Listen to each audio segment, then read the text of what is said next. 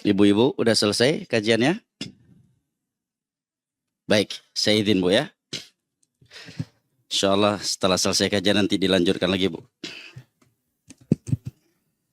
Baik, bismillahirrahmanirrahim. Assalamualaikum warahmatullahi wabarakatuh. Alhamdulillah, wassalatu wassalamu ala rasulillah. Wa ala alihi wa sahbihi wa sallama tasliman kathira, amma ba'd. Sebelumnya Ana minta maaf atas keterlambatan beberapa menit. Qadarullah macet di jalan. Ikhwani al-kiram wa akhwati al-karimat, rahimani Allah wa iyyakum wa baraka fikum. Kita bersyukur kepada Allah Jalla wa Ala yang kembali mempertemu dan mengumpulkan kita di dalam tempat yang paling ia cintai di atas permukaan buminya ini, dalam rangka talabul ilm, at-tafaqquh fid din, dan at-tawasi bil haqqi wat tawasi bis sabr di antara kita, dengan membaca kitab Fawaidul Fawaid karya al-Imam Ibnu Qayyim rahimahullahu taala. Mudah-mudahan Allah Jalla wa Ala menjadikan kita semua dari golongan-golongan yang ia firmankan di dalam sebuah hadis qudsi riwayat al-Imam Tirmidzi dari Muadz bin Jabal radhiyallahu an, di mana Allah Jalla wa Ala berfirman, wajabat mahabbati lil mutahabbina fiya wal mutajalisina fiya wal mutazawirijna fiya wal mutabazilina fiya. Sungguh telah wajib cintaku untuk mereka yang saling cinta mencintai sesama mereka karena aku. Mereka duduk-duduk berkumpul sesama mereka karena aku. Mereka saling kunjung mengunjungi sesama mereka karena aku, dan mereka saling berbagi sesama mereka karena aku. InsyaAllah ta'ala pada kesempatan kali ini kita akan membaca uraian dan penjelasan dari Al-Imam Ibnu Qayyim rahimahullah ta'ala tentang kandungan surat Qaf. Namun ada baiknya sebelum kita membaca dan menyimak penjelasan dari Al-Imam Ibnu Qayyim rahimahullah ta'ala dari kandungan surat Qaf, kita bacakan dahulu surat Qaf dari awal hingga akhir surat, agar ketika kita menyimak penjelasan dari Al-Imam Ibnu Qayyim rahimahullah ta'ala nanti lebih mudah memahami. Baik, kita bagi dua ya. Sebelah kanan dengan sebelah kiri membaca ya. Langsung naik asam lambung ya. Baik, ada mic ya. Antum dulu baca dua baris pertama dari surat Qaf. Uzur. Baik, silakan. Dari sini dulu. Baik. Gak bawa kacamata. Jangan sampai diambil sama ibu-ibu nih tugas ini. Kayak selama kenal mantu nggak pernah pakai kacamata dia antum. Benar. Ya, dua baris.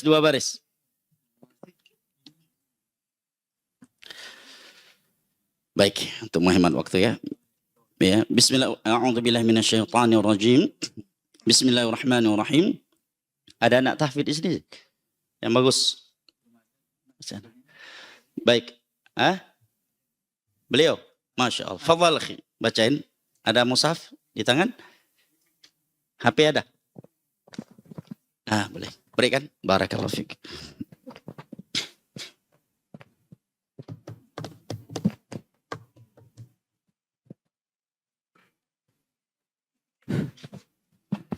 Bapak-bapak pada lupa bawa kacamata soalnya nak. Fadhal. Surat Qaf. Semuanya. Dari pertama. Sampai 2 ayat. Nah, baca aja dulu nanti. Satu step per ayat kita bacakan artinya insyaallah. A'udzu billahi minasyaitonir rajim. Bismillahirrahmanirrahim. Qaf wal Qur'anil Majid. Ya, naam ya. Qaf, demi Al-Qur'an yang sangat mulia. Naam. Bal ajibu an ja'ahum mundhir بل عجبوا أن جاءهم منذر منهم فقال الكافرون هذا بل عجبوا أن جاءهم منذر منهم فقال الكافرون هذا شيء عجيب.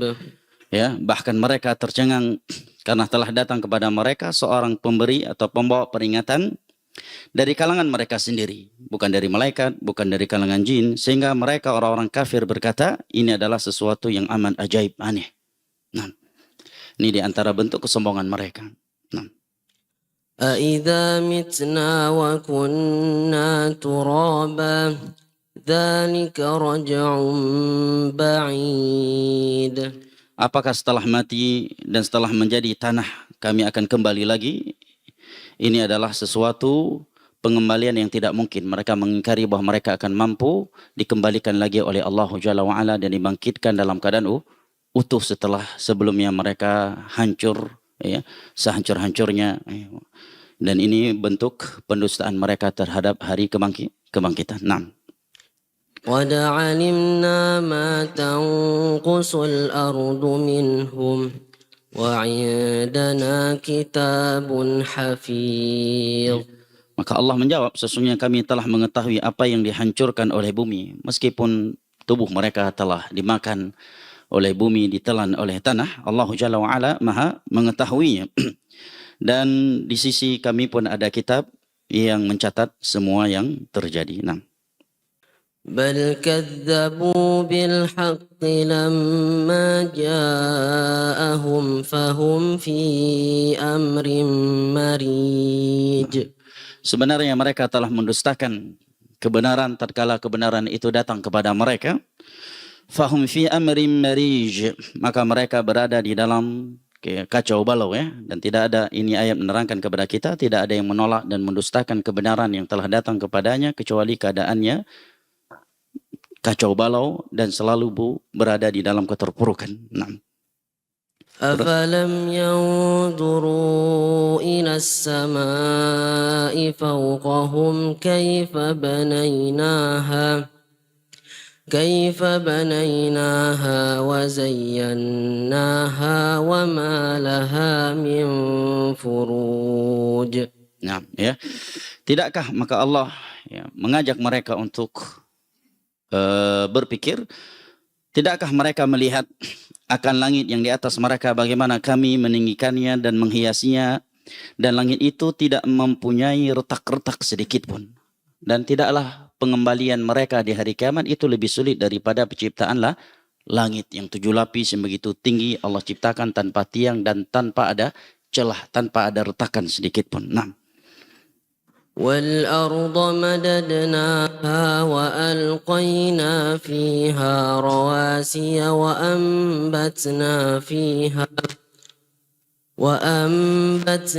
فِيهَا مِنْ كُلِّ زَوْجٍ بَهِيجٍ. Dan kami hamparkan bumi. Bumi itu dan kami letakkan padanya gunung-gunung yang kokoh dan kami tumbuhkan padanya segala macam tanaman yang indah dipandang oleh mata, untuk menjelaskan kepada mereka bahwa sesuatu yang lebih berat, yang lebih besar daripada manusia saja Allah mampu melakukannya, apalagi sekedar hanya mengembalikan mereka yang telah Allah ciptakan. Nah, terus ada yang melanjutkan biar gantian? Baik, silakan. Barakallahu fik. Ayat setelahnya ke-8.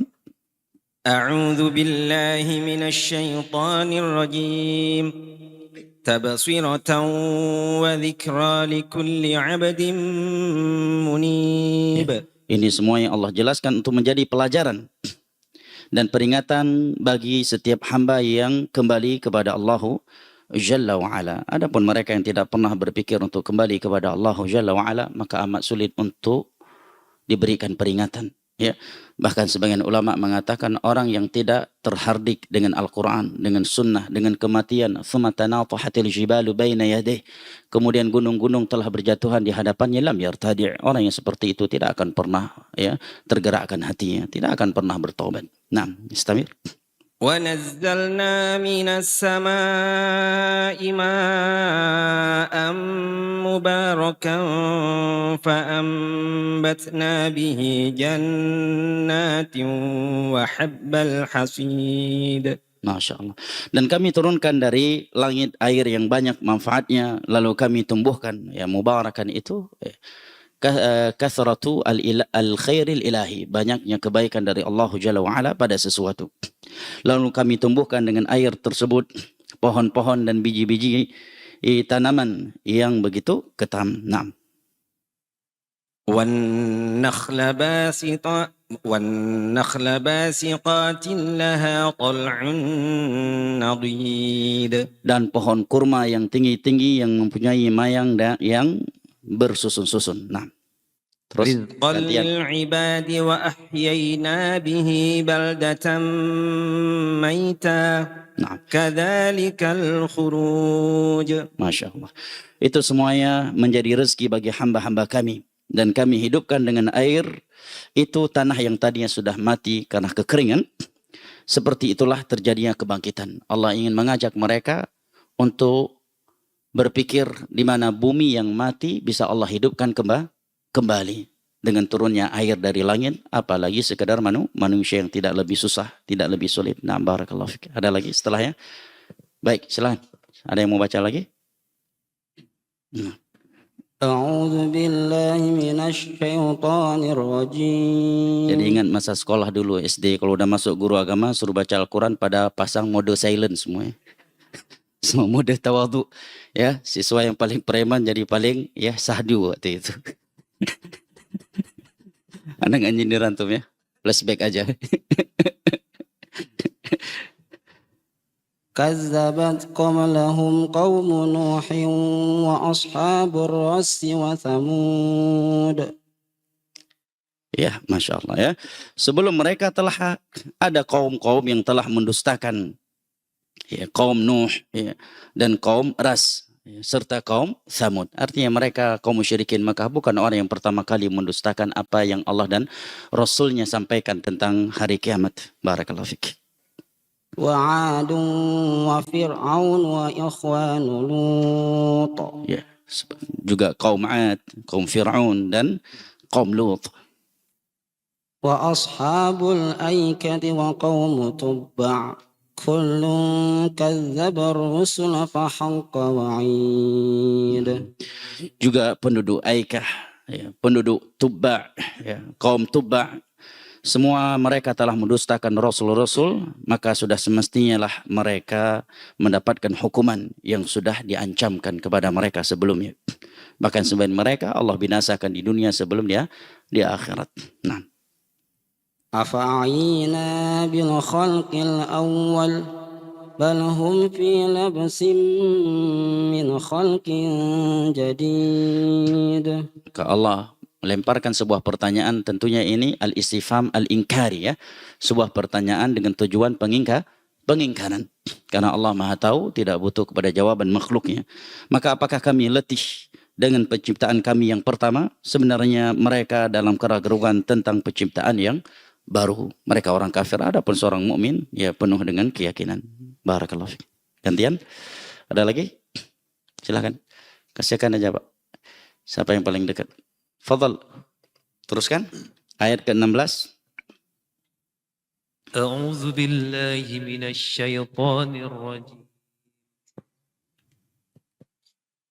ولقد خلقنا الإنسان ونعلم ما توسوس به نفسه ونحن أقرب إليه من حبل الوريد ونحن أقرب إليه من حبل الوريد. نعم جزاك الله خير. ولقد خلقنا الإنسان ونعلم ما توسوس به نفسه ونحن أقرب إليه من حبل الوريد. Dan sesungguhnya kami telah menciptakan manusia dan kami mengetahui apa yang dibisikkan oleh hatinya dan kami lebih dekat kepadanya daripada urat lehernya. Masya Allah. Sampainya anak ya, anak antum, anaknya antum. Oh bukan, kirain anak, mirip. Silakan ayat berikutnya, satu-satu ayat biar kebagian semuanya. Kasihan bapak-bapak Ling udah pada nunggu, pengen baca juga. Nah, baik silakan. A'udzu billahi minasyaitonir rajim. Idh yatalaqqal mutalakkiyani 'anil yamini wa 'anil shimali qa'id. Masya Allah, jazakallah khair. إذ يتلقى المتلقيان عن اليمين وعن الشمال قعيد. Tatkala kedua malaikat yang mencatat amalan perbuatannya, seorang duduk di sebelah kanan dan yang lainnya duduk di sebelah kiri. Dan ini keyakinan kita setiap muslim dan muslimah bahwa ada dua malaikat yang selalu berada di sebelah kanan dan kiri kita selama 24 jam. Yang mencatat apa saja yang keluar dari mulut kita dan apapun yang kita lakukan walaupun BPK nggak tahu. Walaupun KPK nggak tahu, ya, tapi ya kita harus menyadari 24 jam, ya ada dua malaikat sebelah kanan yang akan mencatat semua kebaikan yang kita lakukan dan sebelah kiri yang akan mencatat setiap kejelekan yang kita lakukan meskipun tidak ada CCTV-nya. Nah, silakan Pak. Barakallahu fiik. A'udzu billahi minasyaitonir rajim. Bismillahirrahmanirrahim. Enggak, jangan bismillah lagi kalau sudah di pertengahan surat. Ma yalfizu min qawlin illa ladayhi raqibun atid. Masya Allah. Ma yalfizu min qawlin illa ladayhi raqibun atid. Tiada suatu ucapan yang diucapkannya melainkan ada di dekatnya malaikat pengawas yang selalu hadir, ya, yang selalu mencatatnya. Hati-hati jamaah. Sebagian orang ketika menulis sebuah tulisan di media sosial, apalagi di kolom komentar orang lain, ya, seakan itu kalimat tidak akan ditulis oleh malaikat dan seakan itu tidak akan dipertanggungjawabkan oleh dia di hari kiamat. Makanya jamaah yang dimuliakan Allah, sebelum menuliskan sesuatu dan khususnya di kolom komentar media sosial, pikirkan baik-baik. Itu tercatat, ya, dicatat oleh para malaikat dan kelak akan kita pertanggungjawabkan. Tulisan dengan ucapan memiliki hukum yang sama. Naam, jazakallah khair. Setelahnya, Bapak berikutnya, silakan Pak. Ayat ke-19 ya. A'udzubillah. Mati mic-nya Pak. Hah? Ini. Siapa? Oh Bapak, silakan Pak. Masya Allah. Aman Bapak jadinya. Pakai mic-nya Pak. Pakai mic-nya Pak. Pakai mikrofonnya Bapak. Bapak pakai mic-nya. Ayo. Pakai mic-nya. Ayat ke-19. Waja'at sakaratul mauti bil haqq. Zalika ma kunta minhu tahid. Masya Allah, barakallahu fiik. Sudah berapa umur Bapak? 63, seumuran Nabi ya Pak ya. Masya Allah, semoga Allah berkah ya. Semoga Allah berkahi umur Bapak. Ya, wallahi ikhwah, ya kagum ya. Kagum kalau melihat dalam kajian ada orang-orang yang umurnya di atas 60-an ya. Semoga Bapak dan yang lainnya termasuk dari orang-orang yang Nabi sabdakan khairun nas man tala umruhu hasuna amaluh. Sebaik-baik manusia adalah mereka yang panjang umurnya dan baik pula amalannya. Ya. وجاءت سكرة الموت بالحق ذلك ما كنت منه تحيد. Dan datanglah sakaratul maut dengan sebenar-benarnya. Itulah yang kamu selalu berusaha lari darinya. Hari ini engkau telah menyaksikannya dan engkau tidak mampu lagi untuk lari darinya. Baik, setelahnya Bapak, satu ayat. A'udzu billahi minasyaitonir rajim. وجاءت كل نفس معها سائق وشهيد. ما شاء الله, جزاك الله خير. وجاءت كل نفس معها سائق وشهيد.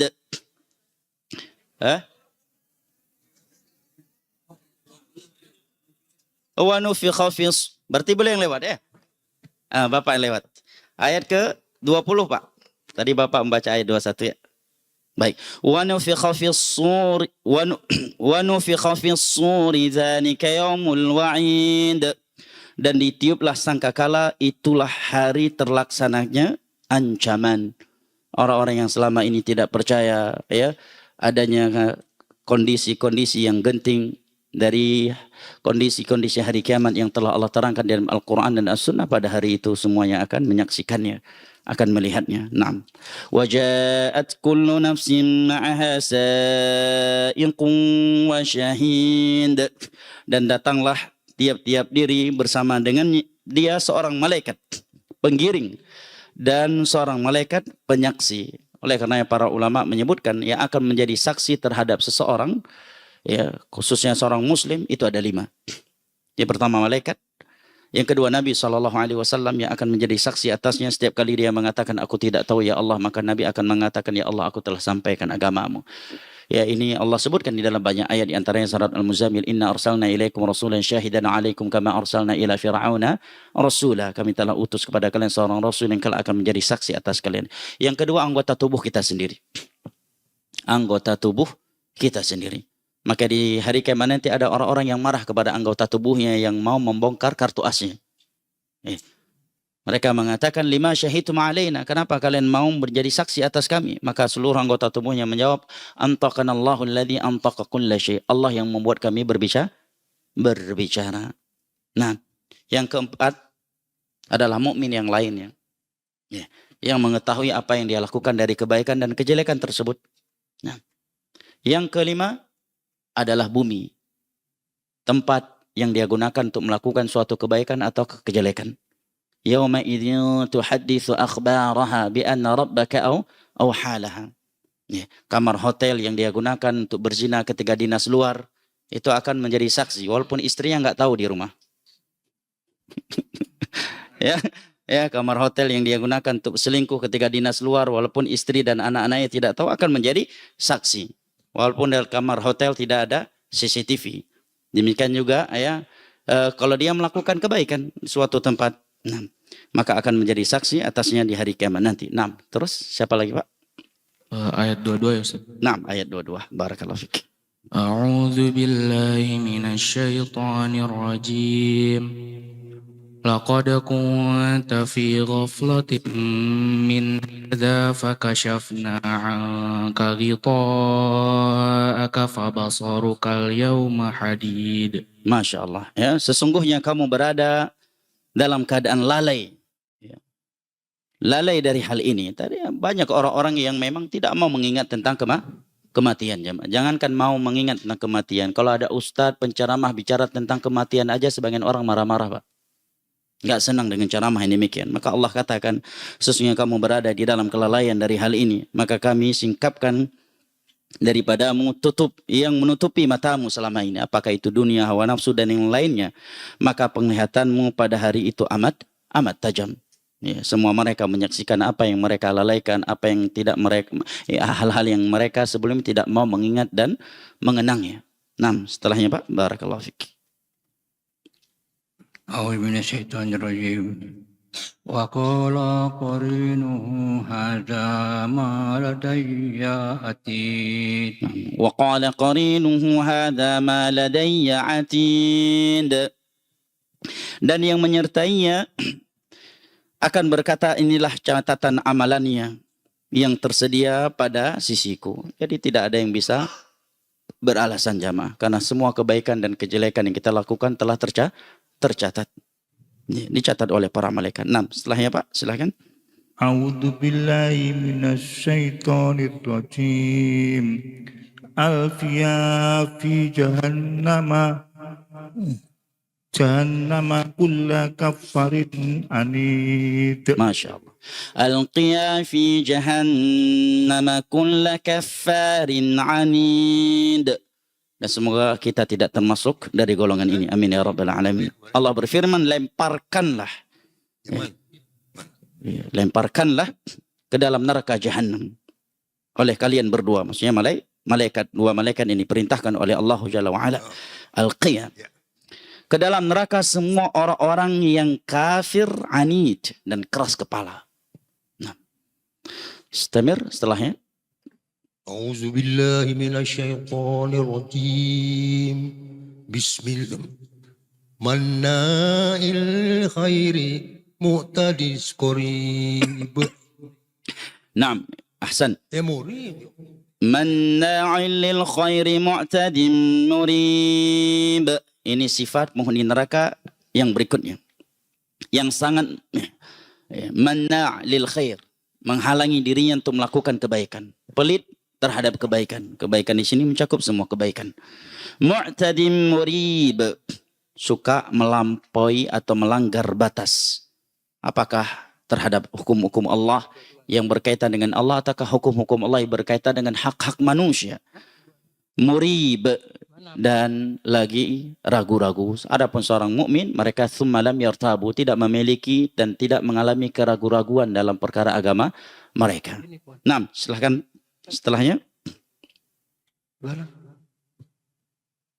A'udzu billahi minasy syaithanir rajim. Bismillahirrahmanirrahim. Kullahu a'lamu bi'alat. Satu orang aja yang negur, jangan semuanya. Ini adab ya. Jadi bingung nanti. Seperti imam ketika salah ya, semua makmum betulin, akhirnya imamnya grogi. Ya, apalagi kalau imamnya baca juz 30 itu banyak banget yang bunyi. Langsung ya.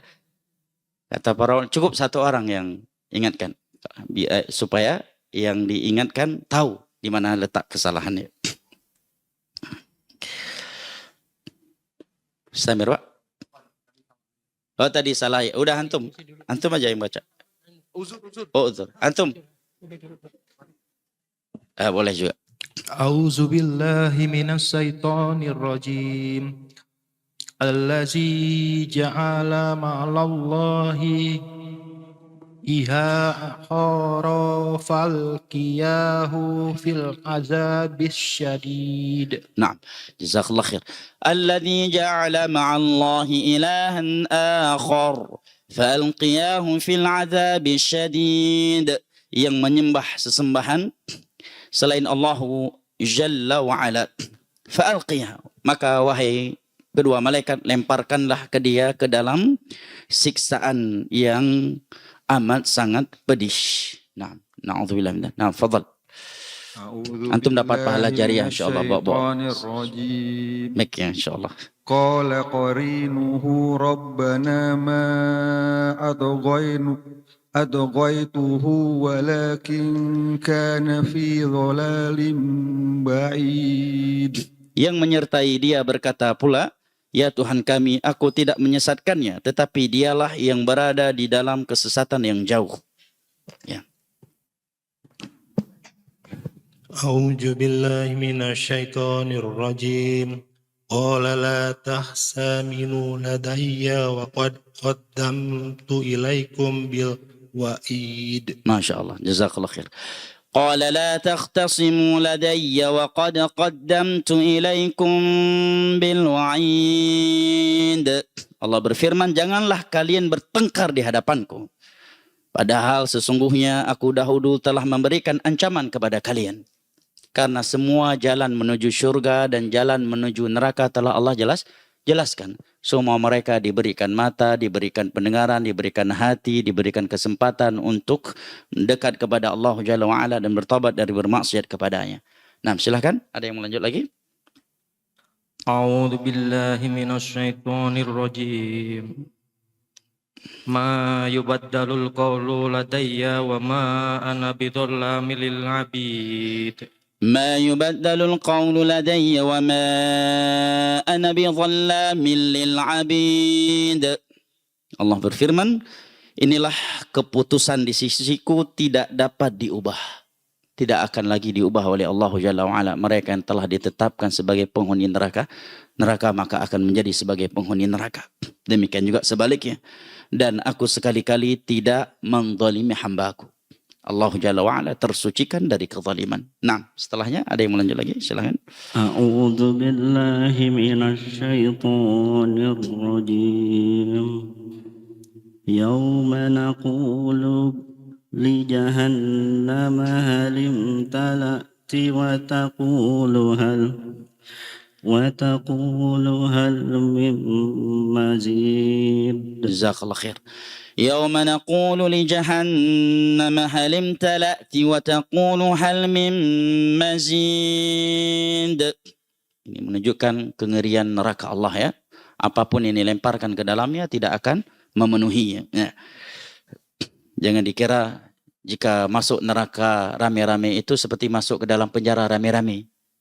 Ya, lebih aman kalau masuk ke dalam penjara rame-rame, ya. Tidak ada yang berani ganggu. Karena sekali masuk rame.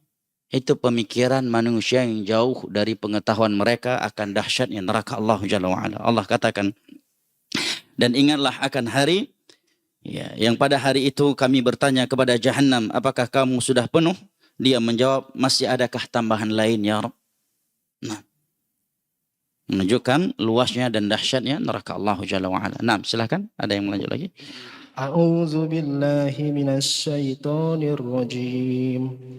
Wa uzlifatil jannatu lil muttaqina ghairu ba'id. Jazakallah khair. Nanya pendek ya. Wa uzlifatil jannatu lil muttaqina ghairu ba'id. Dan didekatkanlah syurga itu kepada orang-orang yang bertakwa. Ghairu ba'id, pada tempat yang tidak jauh dari mereka. Betapa Allah memuliakan orang-orang yang bertakwa kepada Allah Jalla wa'ala. Nah, setelahnya yang disampaikan Bapak. Barakallah. A'udzu billahi minasy syaithanir rajim. Hadza ma tu'aduna likulli awwabin hafiz. Masya Allah. Jazakallah khair ya.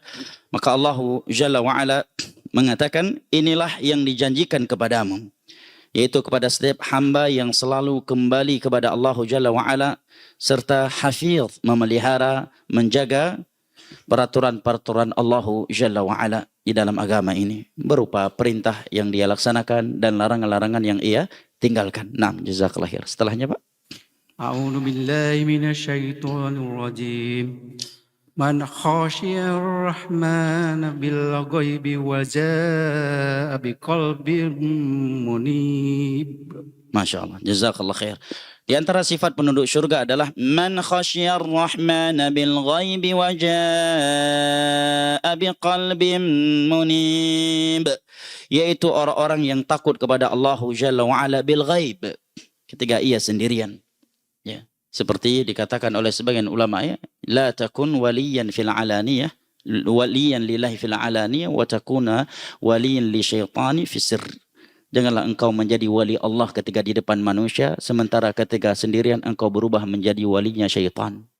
Nah, mereka adalah orang-orang yang takut kepada Allah Ar-Rahman bil ghaib, meskipun dia sedang seorang diri, tidak ada yang melihatnya. Wajah abi qalbin munib, dan dia datang kepada Allah Jalla wa'ala dengan hati yang telah munib, bertaubat dan memperbanyak amal saleh. Setelahnya Pak, barakallahu fiik.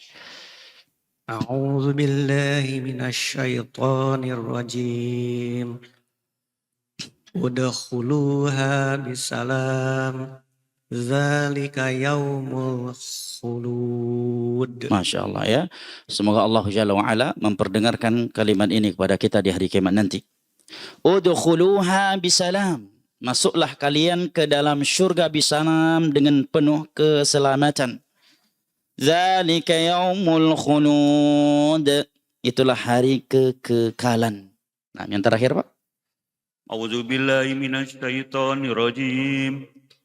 Lahum ma yasha'una fiha wa ladaina mazid. Masya Allah ya. Lahum fiha ma yasha'una wa ladaina mazid.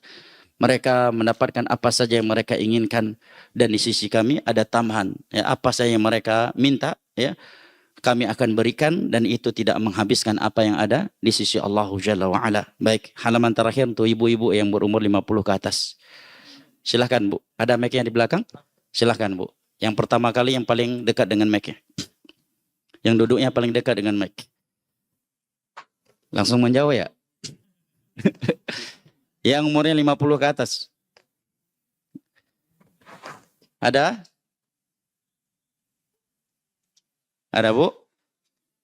Baik, silakan Bu. Baik, kita masuk ke dalam kajian kitab. 36. Ayat 36. Ya. A'udzu billahi minasyaitonir rajim. Wa kam ahlakna qablahum min qurin hum asaddu minhum batsan فنقبوا في البلاد هل من محيص نعم. وكم أهلكنا قبلهم من قرن هم أشد منهم بطشا فنقبوا في البلاد هل من محيص. Dan berapa banyak umat-umat yang telah kami binasakan sebelum mereka, yang mereka lebih besar kekuatannya daripada mereka ini. Apalagi kaum musyrikin zaman Nabi, ya, kaum Tsamud, kaum Nabi Lut itu luar biasa kekuatan fisiknya. Ya, bayangkan jamaah, gunung-gunung batu mereka pahat, mereka jadikan tempat tidur. Mereka hidup ratusan tahun di dalam gunung batu. Bagaimana berarti kekuatan fisik mereka? Ya, padahal mereka akan melewati musim panas dan musim dingin, dan mereka pahat dengan tangan-tangan mereka secara manual. Tetapi mampu Allah binasakan. Apalagi sekedar Abu Lahab the Gang. Yang makannya cuma roti. Ya, yang rumahnya cuma dari tanah liat. Nah, Allah katakan, ya, orang-orang sebelum mereka lebih kuat, lebih ramai, lebih besar kekuatannya. Tetapi Allah binasakan. Maka mereka yang telah dibinasakan itu telah pernah menjelajah di beberapa negeri. Adakah mereka mendapatkan tempat untuk berlari dari azab Allah Jalla wa'ala? Tidak. Pada betapa umat-umat terdahulu itu kuat dan mereka mampu melakukan perjalanan yang begitu jauh, membelah padang pasir dari satu padang pasir ke padang pasir lainnya, ya, dari satu gunung batu ke gunung batu lainnya. Tetapi ketika azab Allah datang, mereka tidak mampu lari. Apalagi sekedar musyrik Mekah, khususnya di masa ayat ini Allah turunkan kepada Nabi SAW. Silahkan Bu, berikutnya di atas 50 Bu, ya. A'udzu billahi minasyaitonir rajim. Inna fi dzalika ladzikra liman kana lahu qalbun aw al-qasam wa huwa syahid.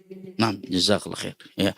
Inna fi dzalika ladzikra liman kana lahu qalbun aw al-qasam wa huwa syahid. Sesungguhnya pada yang demikian itu benar-benar terdapat peringatan bagi orang-orang yang mempunyai akal, ya. Liman kana lahu qalbun, mereka yang memiliki hati yang masih hidup atau menggunakan pendengarannya, wa huwa syahid, dan dia menyaksikannya. Makanya para ulama mengatakan bahwasanya sumber atau pintu ilmu agama itu adalah yang pertama memiliki hati yang masih hidup, kemudian dia memasangkan pendengarannya dan hadir ketika ilmu itu disampaikan kepadanya. Beda halnya dengan orang yang hatinya telah berpenyakit atau bahkan mati. 1000 ayat dan hadis sekalipun tidak akan mempan baginya, tidak akan pengaruh baginya. Atau dia hadir namun telinganya tidak mendengar dan hatinya lalai. Nah, terus Ibu, setelahnya. A'udzu billahi minasyaitonir rajim. وَلَقَدْ خَلَقْنَا السَّمَاوَاتِ وَالْأَرْضَ وَمَا بَيْنَهُمَا فِي ستة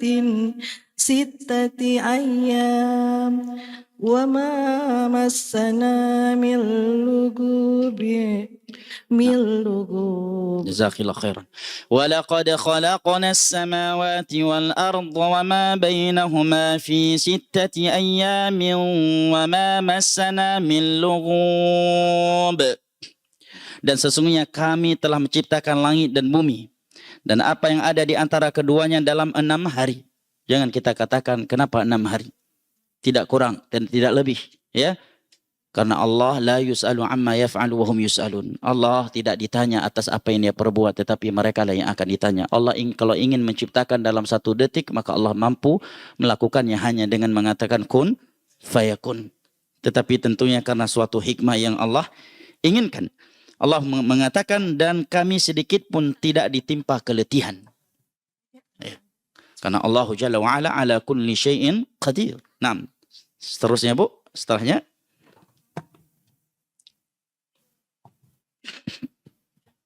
Udah habis yang berumur di atas 50.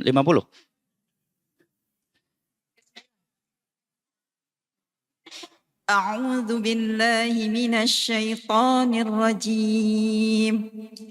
فاصبر على ما يقولون وسبح بحمد ربك قبل طلوع الشمس وقبل الغروب. نعم. فاصبر على ما يقولون وسبح بحمد ربك قبل طلوع الشمس وقبل الغروب. Maka bersabarlah kamu terhadap apa yang mereka katakan.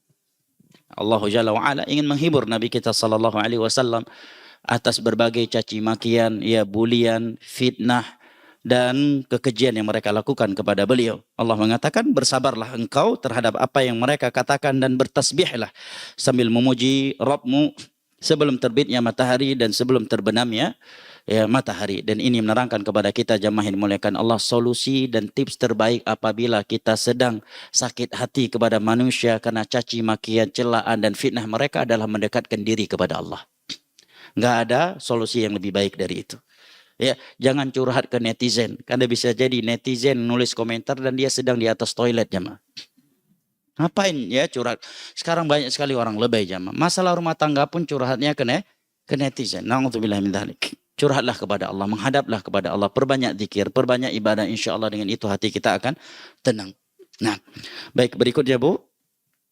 A'udzu billahi minasyaitonir rajim.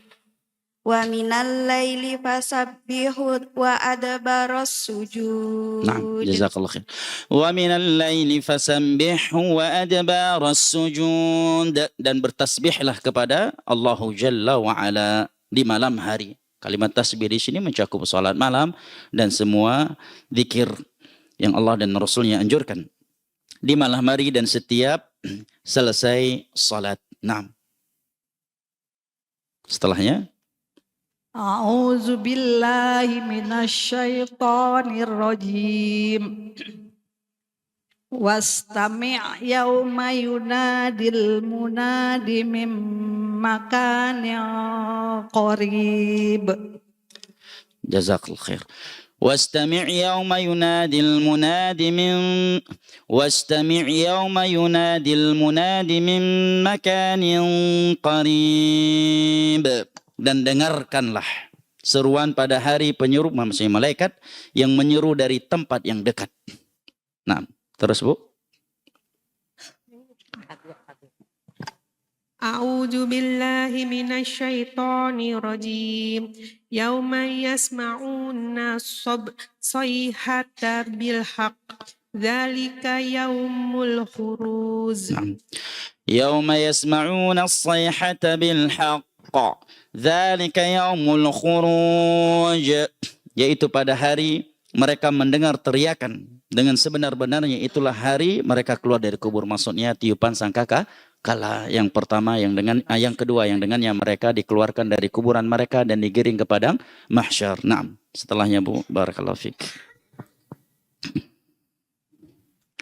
A'udzu billahi minasyaitonir rajim. Inna nahnu nuhyi wa numitu wa ilainal masir. Naam, ya. Inna nahnu nuhyi wa numitu wa ilainal masir. Sesungguhnya kami yang menghidupkan dan mematikan, dan hanya kepada kamilah kalian semua sebagai makhluk Allah kembali. Nah, setelahnya A'udzu billahi minasyaitonir rajim. Yauma tashaqqaqul ardu anhum sira'a. Dzalika hasyrun 'alaina yasir. Nah, ya. Yauma tashaqqaqul ardu anhum sira'a. Dzalika hasyrun 'alaina yasir. Yaitu pada hari bumi terbelah-belah menampakkan mereka dengan cepat, yang demikian itu adalah pengumpulan yang mudah bagi kami. Nah, mereka di dalam beberapa ayat yang lain mereka seperti belalang-belalang yang berterbangan digiring ke padang mahsyar. Al-qari'ah mal-qari'ah wa ma adraka mal-qari'ah yauma yakunu an-nasu kal farashil mabthuth wa takunu al-jibalu kal 'ainil manfush. Nah, terus setelahnya Bu.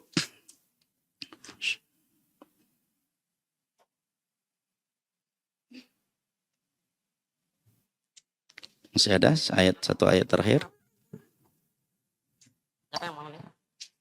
Penutup, Bu. Yang paling tua siapa? Yang paling tua, Bu. Ada umur 70, 80. Kita muliakan sebagai orang tua kita.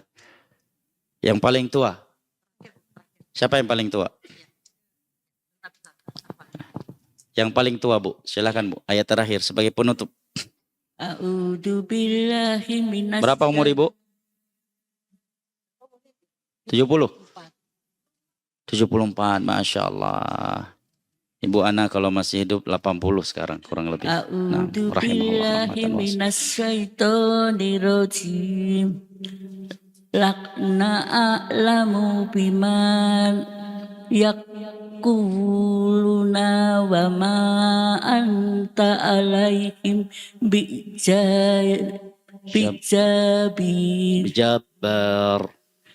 Gak kelihatan.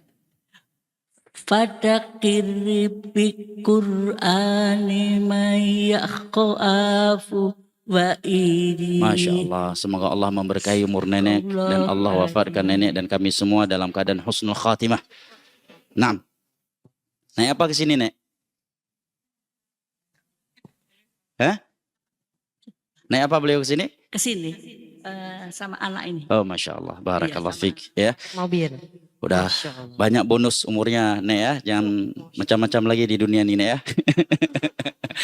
Karena Nabi mengatakan a'darallahu li rajulin qad balagha 60 sanah, sudah putus uzur dari Allah kepada seorang yang umurnya sudah 60. Yang 60 kata jangan nakal-nakal lagi.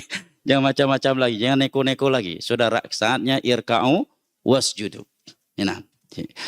Baik, barakallahu fik. Nahnu a'lamu bima yaqulun. Kami lebih mengetahui dengan ucapan yang mereka ucapkan. Artinya jangan kita ketahui, jangan kita kira celaan dan caci makian manusia kepada kita Allah tidak mendengarnya. Allah tidak melihatnya. Nah, walaupun kita melihat manusia tidak peduli kepada kita, tidak membela kita yang dizalimi, yang dicaci maki, yang difitnah. Ketahuilah Allah Ar-Rahman, Ar-Rahim, Al-Hakim, ala kulli syai'in qadir, mengetahui apa yang mereka lakukan dan mendengar ucapan mereka. Nabi saja Allah ingatkan, nahnu a'lamu bima yaqulun. Kami lebih mengetahui tentang apa yang mereka katakan. Wa ma anta 'alaihim bijabbar. Dan kamu sekali-kali bukanlah seorang pemaksa terhadap mereka. Artinya engkau tidak bisa membuat yang kafir menjadi muslim. Itu hidayah milik Allah Jalla wa'ala, hidayatu taufiq. Fadzakir bil Qur'ani man yakhafu wa'id. Maka beri peringatanlah dengan Al-Quran kepada mereka yang memiliki rasa takut. Orang-orang yang takut akan ancamanku. Baik jamaah yang dimuliakan Allah, ini 45 ayat dari surat Qaf yang akan kita simak penjelasan tentang kandungannya dari Al-Imam Ibnul Qayyim rahimallahu ta'ala berikut ini. Dan surat ini seperti yang telah kita simak bersama jamaah yang dimuliakan Allah, tidaklah seorang muslim dan muslimah membacanya dan hatinya sedang keras kecuali akan melembut insyaAllah. Ya. Dan tidaklah seorang muslim dan muslimah membacanya dan hatinya sedang cinta terhadap dunia kecuali akan berubah menjadi lebih cinta kepada akhirat. Tidaklah seseorang membaca surat Qaf dan hatinya penuh dengan kesombongan kecuali akan berubah menjadi tawadhu. Yang tadinya lalai dari mengingat kematian dan perjalanannya setelah kematian yang begitu mengerikan, maka dia akan mendapatkan peringatan untuk selalu mengenang dan mengingat akan perjalanan yang masih begitu panjang dan mengerikan setelah kematian. Tadi telah kita simak dari awal surat hingga akhir surat. Berikut ini kata Imam Ibnul Qayyim rahimahullah ta'ala, dan sebuah riwayat yang sahih jamaah. Para sahabat mendapatkan surat Qaf dari Nabi dalam khutbah Jumat. Nabi pernah khutbah Jumat, isi khutbah Jumat cuma baca surat Qaf. Selesai membacanya beliau pun turun dan selesai khutbah Jumat. Jadi khutbah Nabi SAW, demikian juga ulama yang datang setelahnya, itu simple jemaah. Makanya kalau kita duduk di masjid-masjid sunnah di Indonesia maupun yang lainnya dan khotibnya sunnah, khutbahnya simple, ayat hadis, nggak ada dongeng di situ. Ya, tidak ada dongeng di dalam khutbah Jumat. Sehingga orang pulang khutbah itu merasa ada perubahan pada hatinya, ya, mendapatkan pembaharuan terhadap imannya. Contohnya Nabi SAW pernah khutbah Jumat, beliau itu dari awal hingga selesai khutbah Jumat isinya hanya surat Qaf. Dan demi Allah jamaah, surat Qaf ini kalau kita ingin ya mentadabburinya satu ayat demi ayat dengan penjelasan para ulama dari berbagai tafsir, ya sangatlah besar manfaatnya buat kita. Sangat besar, memberi pengaruh terhadap iman dan agama kita. Ya, dan tentunya tidak cukup dengan 1, 2, 3 pertemuan majelis yang seperti ini. Oleh karenanya Nabi SAW pernah membaca surat Qaf ya dan menjadikannya sebagai materi khutbahnya, menunjukkan betapa pentingnya kandungan surat Qaf ini untuk ditadabburi dan direnungi oleh setiap muslim dan muslimah. Berikut ini Al-Imam Ibnu Qayyim mengatakan, qad jama'at hadhihi suratu min usulil imani ma yakfi wa yashfi wa yughni an kalami ahli al-kalami wa ma'quli ahli al-uqul.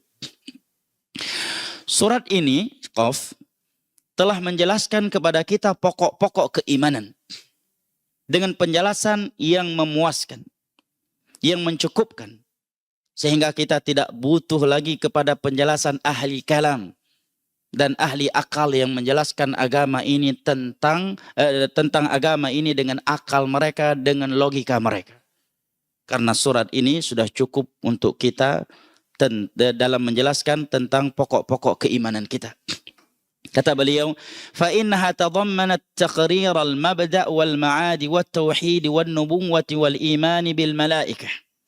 Ayat ini menjelaskan kepada kita tentang awal mulanya penciptaan manusia. Yang kedua, ma'ad, hari kebangkitan mereka untuk dikembalikan kepada sang pencipta mereka. Yang ketiga, wat tauhid, menjelaskan tentang tauhid. Yang keempat, wan nubuwah, menjelaskan kepada kita tentang kenabian Nabi kita SAW, kebenaran dakwah beliau. Ya. Dan nabi-nabi sebelumnya dengan umat-umat mereka yang beriman kepada mereka maupun yang mendustakan mereka, serta menjelaskan apa yang dialami oleh kaum-kaum mereka, baik yang beriman kepada mereka maupun yang mendustakan mereka di dunia dan di akhirat. Wal iman bil malaikah. Surat ini juga menjelaskan kepada kita tentang iman kepada para malaikat. Wa inqisaman nas ila halikin wa syaqiyyin wa faizin wa sa'id. Surat Qaf ini juga menjelaskan kepada kita bahwa manusia terbagi menjadi dua. Yang pertama, halikin, syaqi, binasa dan celaka. Yang kedua, faizin, sa'id, mereka yang beruntung dan bahagia. Hanya ada dua manusia di akhirat nanti jamaah yang dimuliakan Allah. Kalau bukan celaka karena masuk ke dalam neraka, maka dia akan bahagia karena masuk ke dalam syurga. Di dunia boleh status sosial manusia ini beraneka ragam dan berbeda-beda ya. Ada yang disebut sebagai orang kaya, orang miskin, pejabat, rakyat jelata, Arab, non-Arab ya, dan sebagainya. Namun di akhirat nanti manusia hanya terbagi menjadi dua. Faminhum syaqiyyun wa sa'id. Sebagian dari mereka syaqi, celaka, sebagai penghuni neraka.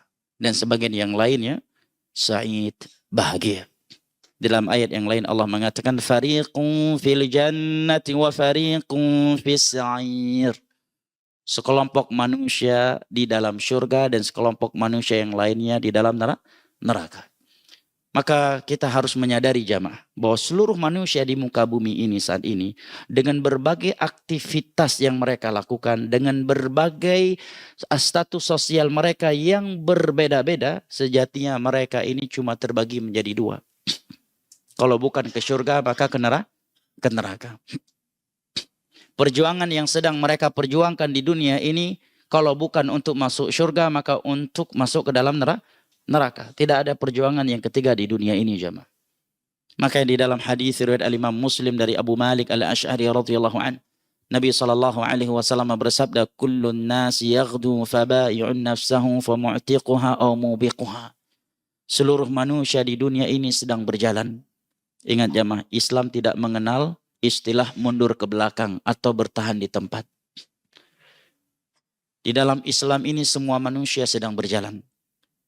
Baik yang sedang berbaring, yang sedang duduk, yang sedang berdiri, yang sedang berjalan kaki, yang sedang berlari, yang sedang naik mobil, yang sehat, yang sedang sakit, ya, dan seterusnya.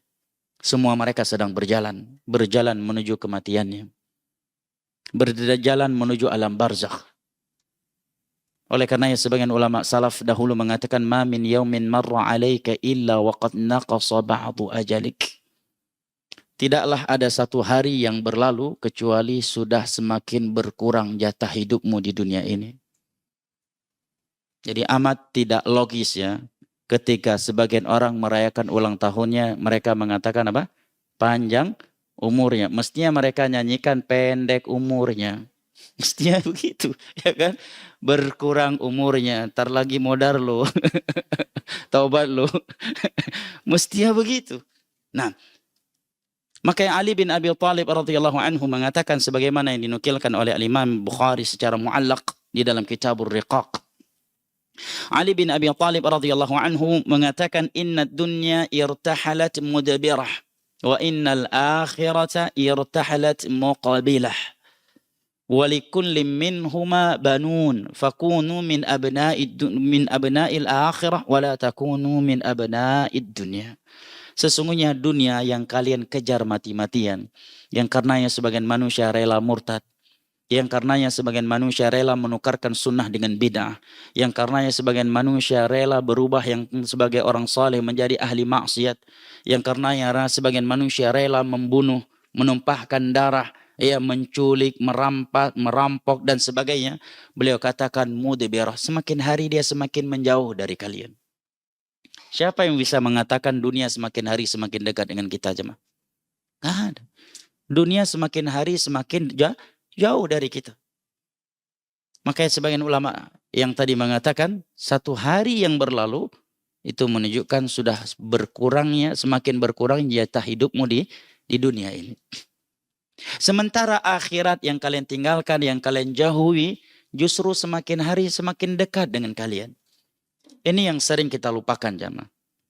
Bukankah jadwal datangnya malaikat maut mencabut nyawa kita semakin hari semakin dekat kepada kita? Iya kan?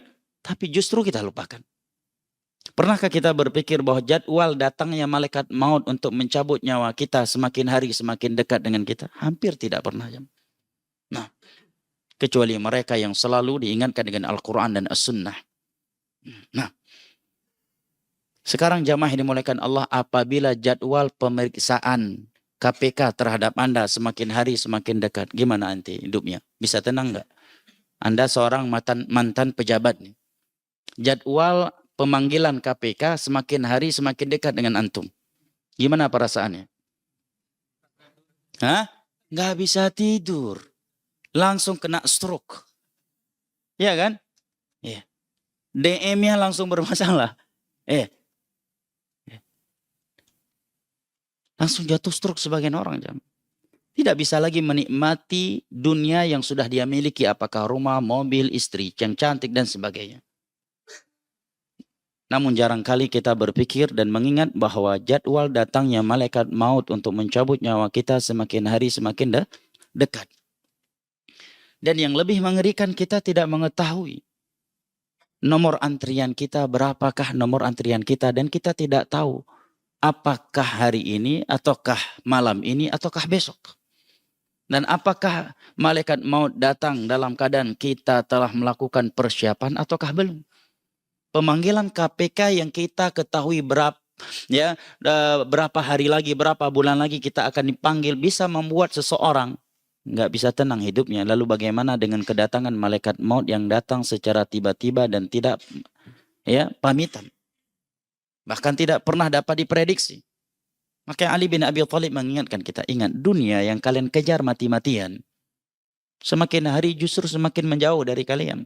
Sementara akhirat yang kalian tinggalkan, yang kalian jauhi, justru semakin hari semakin dekat dengan kalian. Nikmat dan azab kubur semakin hari semakin dekat atau semakin jauh, jemaah? Semakin dekat, ya kan? Hari kiamat semakin hari semakin jauh atau semakin dekat? Semakin dekat. Tapi sebagian manusia semakin hari justru semakin jauh dari akhirat dan semakin dekat dengan dunia. Ini bahasa yang amat dalam dari Ali bin Abi Thalib. Kemudian di dalam hadis Abi Malik Al-Asy'ari radhiyallahu anhu riwayat Imam Muslim tadi, Nabi mengatakan setiap manusia itu sedang berjalan. Semua mereka sedang mengorbankan dirinya. Ada yang menyelamatkan dirinya dari neraka Allah dan ada juga yang melemparkan dirinya ke dalam neraka Allah. Ini menerangkan kepada kita jamaah yang dimuliakan Allah bahwasanya perjuangan seluruh manusia di dunia ini hanya ada dua. Kalau bukan perjuangan untuk masuk surga, maka perjuangan masuk ke neraka. Dia sadari ataukah tidak? Hanya saja orang yang sedang berjuang untuk masuk surga, seringnya dia sadar sedang berjuang menuju surga. Akan tetapi orang yang sedang berjuang menuju neraka, seringkali dia tidak sadar bahwasanya perjuangan yang sedang dia lakukan itu adalah perjuangan untuk masuk neraka. Dengan berbuat syirik, berbuat bid'ah, berzina, minum khamar, membunuh, ya, merampok, dan sebagainya. Ikhwani al-kiram wa akhwati al-karimat, maka Imam Ibnu Qayyim mengatakan bahwa surat Qaf ini menjelaskan kepada kita tentang awal mula penciptaan manusia, hari kebangkitan mereka, menjelaskan tentang tauhid, tentang kenabian, tentang iman kepada malaikat, dan menjelaskan kepada kita bahwa manusia ini terbagi menjadi dua. Yang pertama binasa, celaka. Yang kedua sukses, bahagia, yaitu mereka yang masuk ke dalam surga, dan itulah kesuksesan yang paling besar. Doktrinkan anak keturunan kita jamaah bahwasanya kesuksesan yang paling besar adalah tatkala seorang meraih surga Allah dan Allah selamatkan dia dari nerakanya. Allah Jalla wa Ala berfirman di dalam surat Ali Imran, kullu nafsin dha'iqatul maut wa innama tuwaffawna ujurakum yawmal qiyamah faman zuhziha 'anil nari wa udkhilal jannata faqad faz wa mal hayatud dunya illa mata'ul ghurur. Setiap yang bernyawa pasti akan mati, dan hanya pada hari kiamat kalian mendapatkan balasan yang sempurna atas apa yang telah kalian perbuat. Kemudian Allah katakan setelah itu apa? Faman zuhziha 'anil nar wa udkhilal jannata faqad faz. Barang siapa yang telah dijauhkan dari neraka dan dimasukkan ke dalam surga, dialah orang yang telah beruntung. Dan ketika antum membaca ayat ini, jangan antum lupakan sebuah ayat di akhir surat Al-Ahzab yang seringkali dibacakan oleh khotib sunnah di hari Jumat.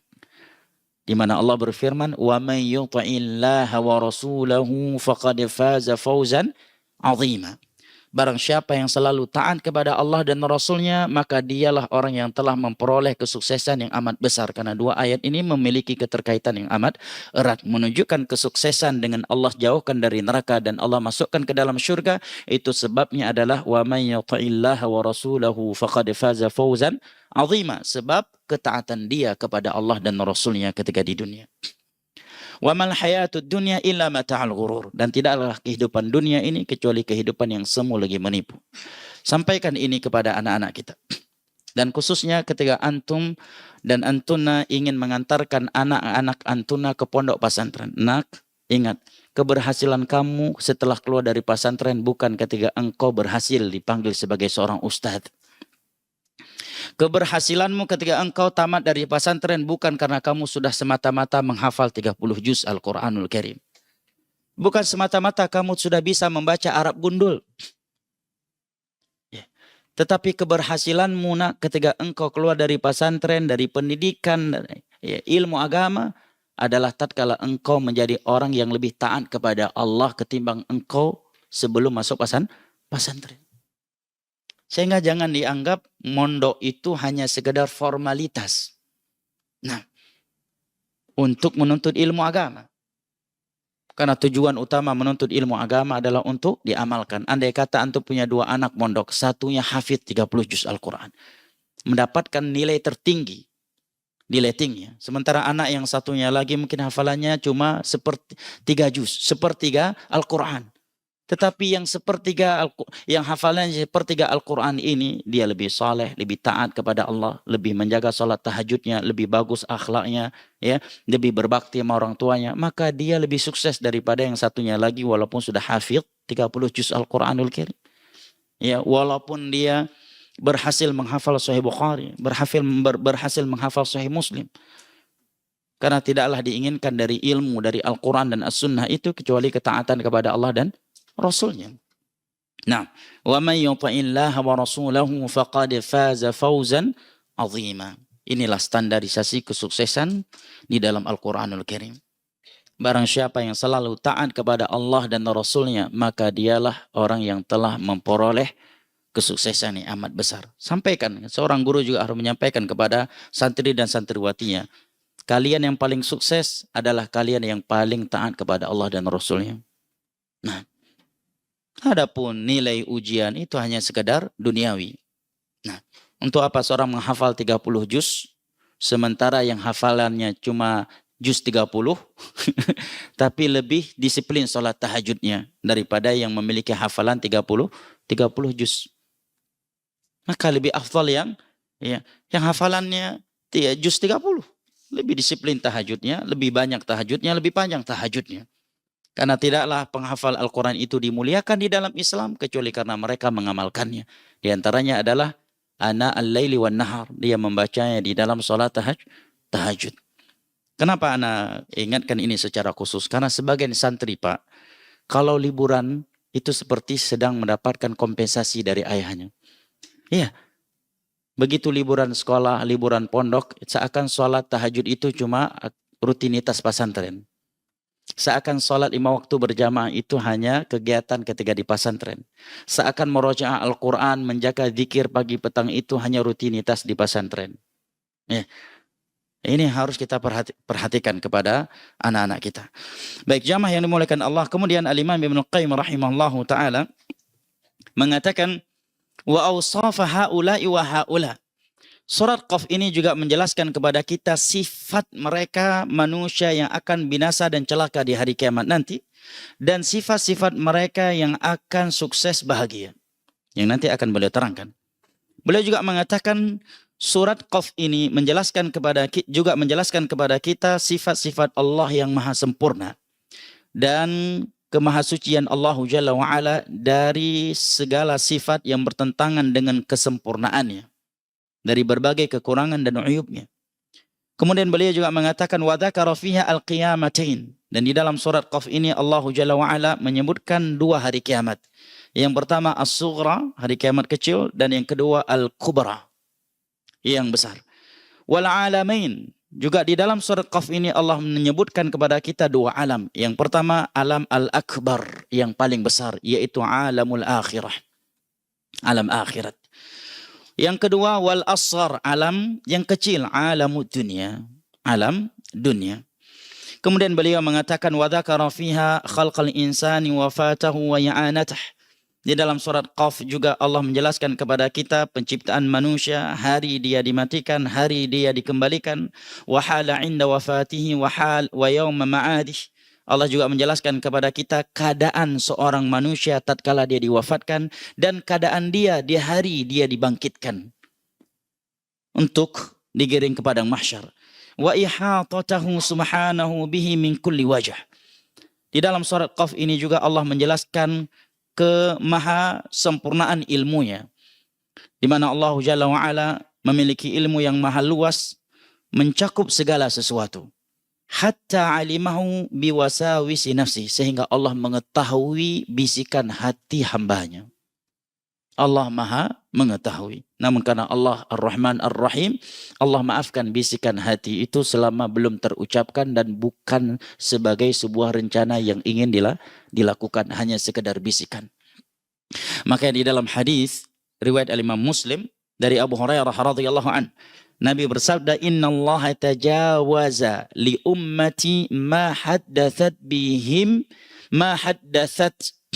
bihi anfusuhum ma lam yaqulu aw yaf'alu syai'a.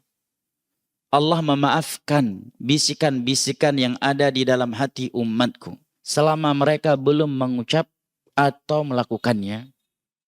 Apabila itu hanya sekedar bisikan. Namun beda halnya kalau itu sudah menjadi sebuah keinginan dan rencana dan tiada yang menghalanginya kecuali kematian atau suatu penghalang. Misalkan dia sudah berencana untuk berzina, berniat untuk berzina, sudah menuju ke hotel, melihat tiba-tiba ada Satpol PP di hotel, nggak jadi melakukannya, dosa zinanya udah dapat.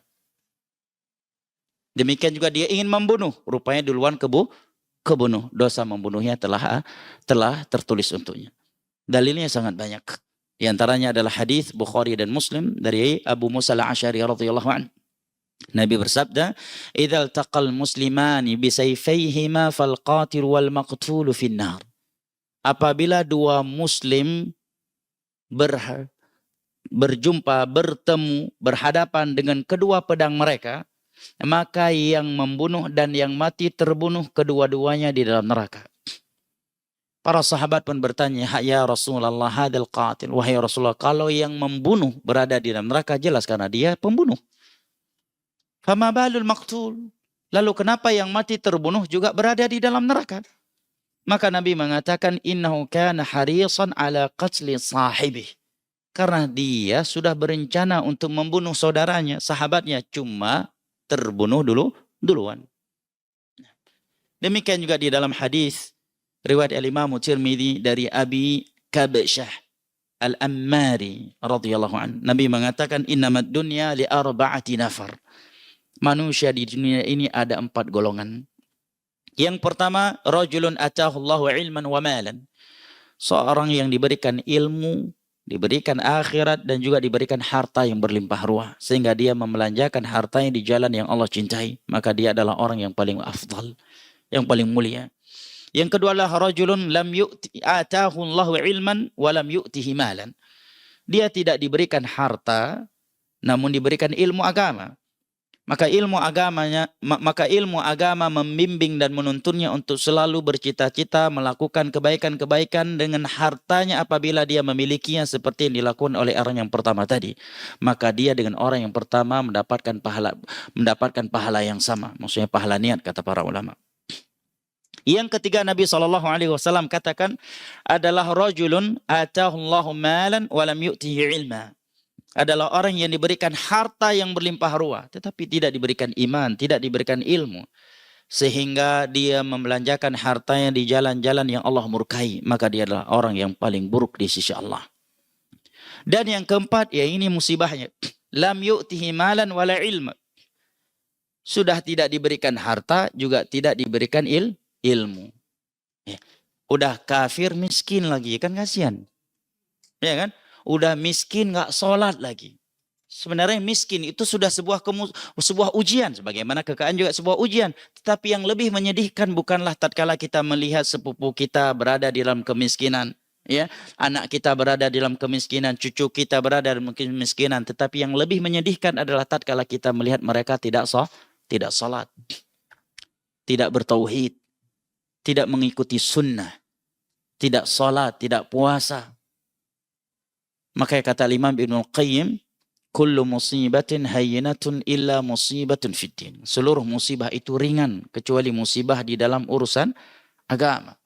Maka di antara doa Nabi kita SAW adalah Allahumma la taj'al musibatana fi dinina. Ya Allah, jangan engkau timpakan musibah itu di dalam urusan agama kami. Nah, di dalam hadis ini Nabi katakan ini yang keempat, tidak diberikan harta, tidak diberikan ilmu. Karena kejahilannya, maka dia selalu berangan-angan. Andai kata dia memiliki harta, dia akan melakukan maksiat ini dan maksiat itu seperti yang dilakukan oleh orang yang ketiga tadi. Maka dia mendapatkan dosa yang sama dengan orang yang ketiga. Karena ada orang seperti itu, jamaah. Udah sholat enggak, puasa enggak, haji enggak, jauh dari Allah dan berangan-angan. Kalau dapat uang akan melakukan maksiat ini, akan mendapat maksiat itu. Ya. Kalau itu sudah menjadi sebuah keinginan dan cita-citanya, maka tercatat di sisi Allah. Yang tidak tercatat adalah bisikan yang kemudian dia berusaha mengusirnya dan tidak membiarkannya menjadi sebuah keinginan yang direncanakan. Adapun kalau sudah menjadi sebuah keinginan yang direncanakan, maka sudah tertulis sebagai dosa di sisi Allah Jalla wa'ala. Apalagi jika tidak ada yang menghalanginya untuk melakukannya kecuali kematian. Seperti orang yang mati terbunuh tadi. Udah mati terbunuh juga masuk neraka. Padahal dia dibunuh. Kenapa? Karena sudah punya rencana untuk membunuh orang yang membunuhnya tersebut. Hanya saja dia lebih duluan dibunuh. Nah, kemudian yang terakhir kata Imam Ibnul Qayyim, di dalam surat ini Allah Jalla wa'ala juga menjelaskan adanya malaikat-malaikat yang selalu menghitung, mencatat setiap lafaz yang diucapkan oleh setiap hambanya. Dan kelak Allah akan membalasnya pada hari kiamat nanti. Akan ada malaikat yang mengiringnya, yang akan menjadi saksi atasnya. Kemudian jamaah yang dimuliakan Allah, setelahnya Al-Imam Ibnul Qayyim menerangkan kepada kita usul landasan-landasan yang dengannya Allah Jalla wa'ala menjelaskan di dalam surat Qaf bagaimana ia membangkitkan manusia di hari kiamat nanti dan mengembalikan mereka. Beliau juga menjelaskan kepada kita sifat-sifat penduduk surga yang terkandung di dalam surat Qaf ini dan sifat-sifat penghuni neraka yang terkandung di dalam surat Qaf ini. Namun waktu yang sudah habis, insyaallah ta'ala kita teruskan dan kita lanjutkan pada pertemuan berikutnya insyaallah ta'ala, jika Allah pertemukan kita kembali di bulan Dzulqa'dah insyaallah. Ya. Di bulan Dzulqa'dah setelah bulan Syawal. Insyaallah kajian kita mulai lagi insyaallah. Ya, barakallahu fikum. Sebelum mana tutup, adakah pertanyaan atau hal lain yang ingin disampaikan? Nah, silakan.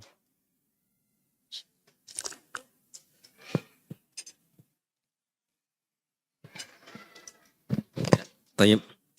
Berkenaan dengan ayat 18 ma yalfidhu min qawlin illa ladaihi raqibun atid, itu ada raqib atid yang selalu mendampingi, ya. Kemudian ayat berikutnya yang berkenaan dengan qarin, ya. Ayat 23 itu, nah, wa qala qarinuhu hadza ma ladayya atid. Nah, qarin itu ayat ya, ayat 23. 23. Ya, waqala qarina, oke. Ya.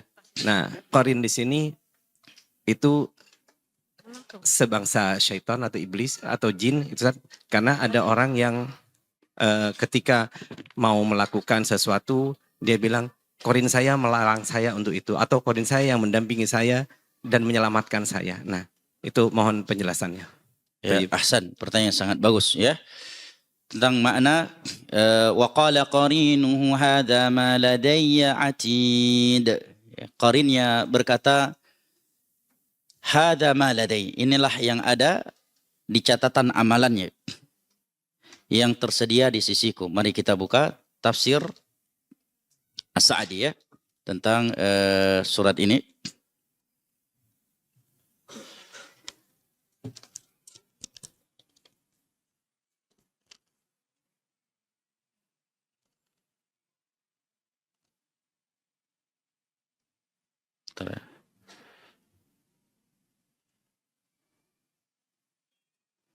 Sebentar ya.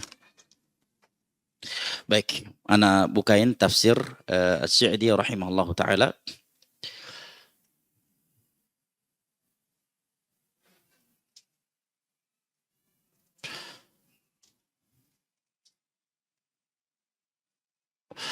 Ada bentuk PDF di tangan ana.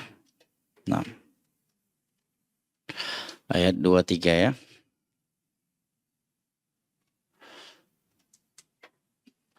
Atau sebelumnya saya bacakan dari tafsir Al-Imam Ibnu Katsir ya. Kata Al-Imam Ibnu Katsir terkait ayat 23 wa qala qarinuhu yaqulu ta'ala mukhbiran 'anil malak.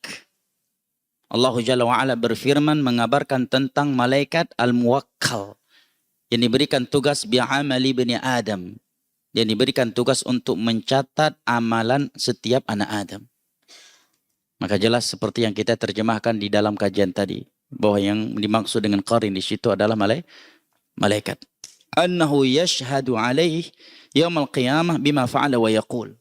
Bahwa malaikat tersebut akan bersaksi atasnya pada hari kiamat nanti atas apa yang telah ia perbuat dan ia ucapkan.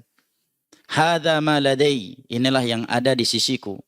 Atid ya, mu'tad, muhdar, tertulis, tercatat, bila ziyadah wala nuqsan, tanpa ya menambah-nambah dan tanpa mengurang-uranginya. Jelas? Malaikat. Iblis nggak mungkin mengatakan hadza ma ladayya atid. Iblis tidak ada yang diberikan tugas untuk menulis amalan setiap hamba. Adapun jin qarin itu beda lagi hadisnya. Hadis Abdullah bin Mas'ud riwayat Imam Muslim, Nabi mengatakan ma minkum min ahadin illa wa ma'ahu qarin. Tidak ada satupun dari kalian kecuali bersamanya ada jin qarin yang selalu mengajaknya untuk melakukan kejelekan. Kemudian para sahabat bertanya, apakah engkau juga memiliki jin qarin wahai Rasulullah? Nabi mengatakan, iya. Hanya saja jin qarin yang bersamaku, Allah membantuku untuk membuatnya masuk Islam. Jelas? Barakallahu fiik.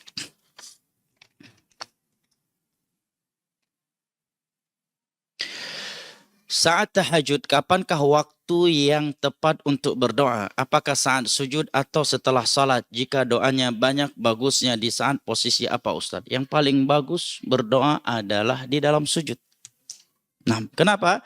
Karena Nabi SAW yang bersabda di dalam hadis yang ma'ruf riwayat Imam Muslim, aqrabu ma yakunul 'abdu min rabbih wa huwa sajid.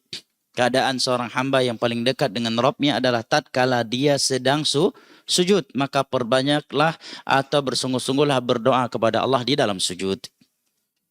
Ustadz, banyak permintaan ana Ustadz.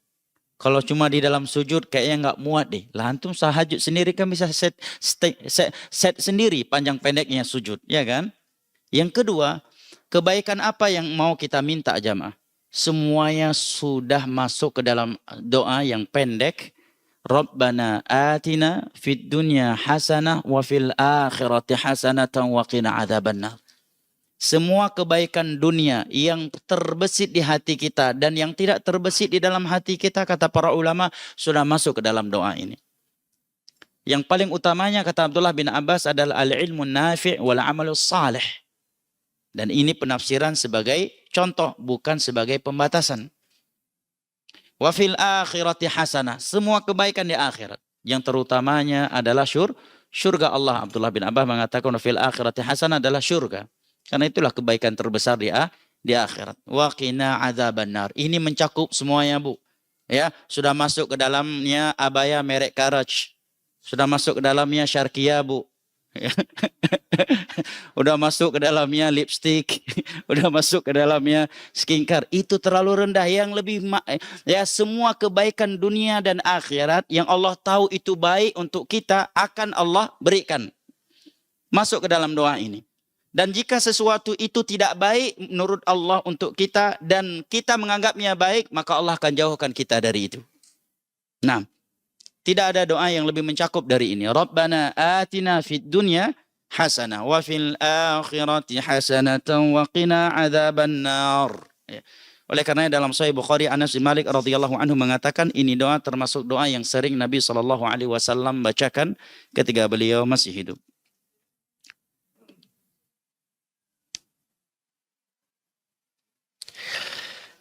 Ini beberapa pertanyaan ini.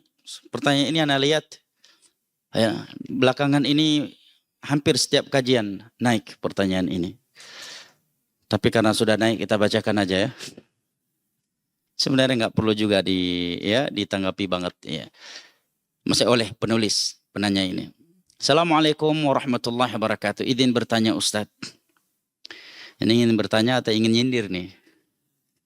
Ana ingin terus insya Allah mengikuti kajian dan doroh ustaz-ustaz sunnah. Bagus nih mukadimahnya ya. Tapi fenomena saat ini ya mulai masuk untuk nyindir.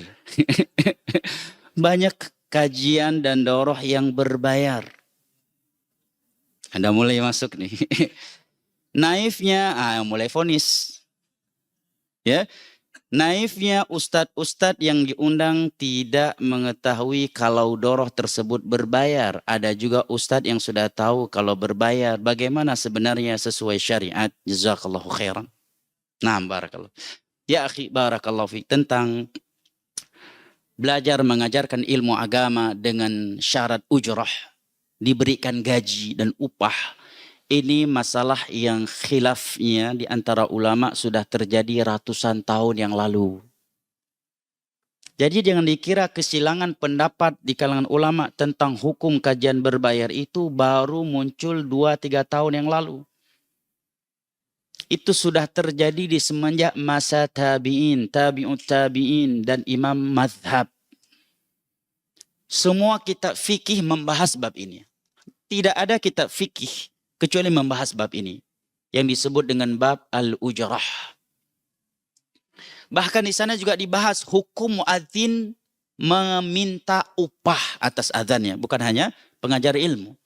Karena ada hadis yang berbunyi ittakhidh muadzinan la yattakhidhu ala azanihi ajra. Angkatlah seorang muadzin yang tidak mengambil upah atas azannya. Ini yang pertama ya. Ana ingin ingatkan bahwa kesilangan pendapat masalah ini bukan baru 2-3 tahun yang lalu. tetapi sudah terjadi ratusan tahun yang lalu dan sudah clear pembahasannya. Tidak ada yang baru. Yang secara kesimpulannya adalah ada 3 pendapat di kalangan ulama. Ada yang berpendapat boleh, ada yang tidak, ada yang pertengahan dari 2 pendapat tersebut. Ini secara ringkas. Yang berikutnya jamaah yang dimuliakan Allah, harus dipahami perbedaan antara upah di dalam bahasa fikih yang menjadi khilaf di antara ulama tadi dengan sesuatu yang itu bukan upah. Upah itu adalah ujrah bahasanya. Ujrah adalah upah yang diberikan dengan nominalitas yang telah ditentukan oleh 2 orang yang melakukan suatu transaksi. Dan setelah terjadi negosiasi di antara mereka, ini namanya ujrah. Saya mau khutbah Jumat, tetapi saya digaji 1 juta, 2 juta sekali khutbah Jumat. Kalau enggak, saya enggak mau khutbah Jumat. Ini namanya ujrah. Jelas? Saya mau jadi dosen di kampus ini, dosen Al-Quran, dosen ini, tapi gaji saya per bulan 10 juta. Kalau enggak, saya enggak mau jadi dosen. Ini juga ujrah. Saya mau jadi imam tarawih 1 bulan di masjid ini, tetapi saya digaji 10 juta. Ini namanya ujrah. Saya mau menjadi dosen di kampus Islam ini dengan gaji sekian. Ini namanya ujrah. Saya mau menjadi guru tahfidz, tetapi gaji bulanan saya sekian. Ini namanya ujrah. Ini yang menjadi khilaf di antara ulama tadi. Adapun jika seseorang diberi tanpa memintanya, maka ulama menamakannya ja'alah dalam bab fikih, dan itu tidak diperkarakan. Bahkan Umar bin Khattab radhiyallahu anhu suatu ketika pernah menerima sebuah pemberian dari Nabi SAW. Kemudian beliau menolaknya. Maka Nabi menegur beliau mengatakan, jika ini datang kepadamu dan engkau tidak memintanya secara tersurat dan secara tersirat, faqbalha fatamawwalha, maka terimalah dan manfaatkanlah. Yang menjadi khilaf adalah ujrah tadi. 3 pendapat di kalangan ulama. Ya, kita menjelaskan terlebih dahulu duduk permasalahannya. Ya, masalah menilai manusia, ini nggak ada urusan kita. Ya, kedua, masalah nasihat itu lebih luas tentunya. Ya, kalau sudah masalah hukum tidak boleh keluar dari jalur ya sumber hukum Al-Quran dan hadis. Cabang dari itu adalah ijma' dan qiyas yang sahih. Kalau bab ahkam tentunya. Pendapat yang pertama mengatakan boleh. Mereka berdalil dengan beberapa dalil. Di antaranya adalah hadis riwayat Imam Muslim. Ketika seorang sahabat, ada yang mengatakannya adalah Abu Sa'id Al-Khudri radhiyallahu an, diminta untuk meruqyah. Beliau tidak mau meruqyah kecuali dengan beberapa ekor kambing yang diberikan. Ini kan meminta. Akhirnya mereka sepakat, maka tokoh kabilah mereka pun diruqyah, maka ia pun sembuh seakan belum pernah sakit sebelumnya. Karena disengat oleh binatang yang berbisa. Maka sebagian sahabat awalnya berat menerima, ribut, memperselisihkan status kambing ini, sehingga mereka menemui Rasulullah SAW. Maka Nabi bercanda, jangan lupa sahamku di dalam kambing itu. Ya. Kemudian Nabi berkata kepada Abu Sa'id, wa ma yudrika annaha ruqyah. Apa yang membuatmu tahu bahwa Al-Fatihah ini surat yang paling pengaruh ketika meruqyah? Di sini Nabi SAW tidak mengingkari permintaan sahabat yang meruqyah tersebut. Yang kedua adalah hadis Nabi SAW, inna ahaqqa ma akhadhtum minal ujrah kitab Allah. Sesungguhnya sesuatu yang paling berhak engkau ambil upah atasnya adalah kitabullah, adalah Al-Quran yang engkau ajarkan.